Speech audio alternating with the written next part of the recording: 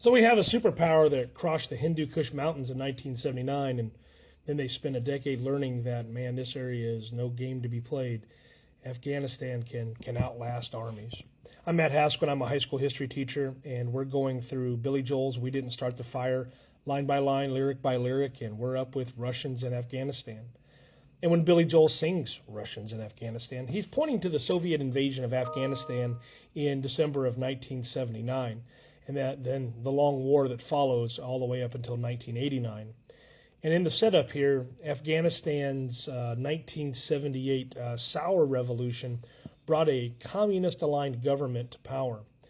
Reforms, they arrived rather quickly, but then the resistance rose even faster. You had a factional struggle inside the ruling party that ended up turning deadly. Moscow feared losing a fragile ally on its southern border.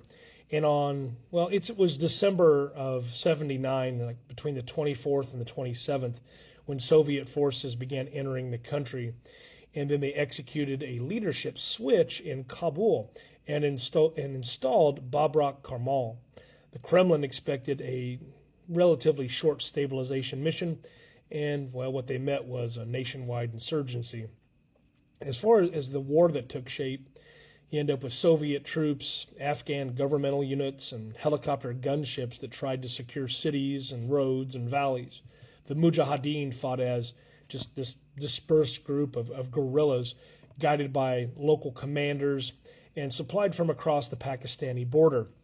External backing grew over time with money and training, and eventually shoulder-fired anti-air missiles that really served to blunt the Soviet air power. Villages became battlefields, supply convoys became targets, and then the winter mountain passes decided the campaigns as much as the generals did. Life for civilians was brutal. Millions fled to Pakistan and Iran. Many more were displaced inside the country itself. Bombing, mines, and reprisals just scarred the farmland and the infrastructure and roads. In the cities, daily life carried on in fits and starts under curfews and extreme shortages. The war also pulled in foreign volunteers who framed the fight in religious but also anti-Soviet terms. And that flow, well, it would have consequences long after the Red Army left. Politics moved pretty slowly, but then all at once. By the mid-1980s, the Soviet Union faced economic strain and reformers in Moscow that really wanted them to pull out. The Geneva Accords were signed in 1988, and the last Soviet column crossed the Friendship Bridge in February of 1989.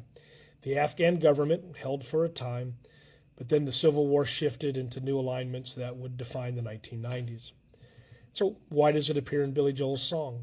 Well, it's largely because Russians in Afghanistan happens to capture a Cold War gamble that turned into a lesson about insurgency, outside support, and the limits of heavy armies in a rather rough terrain.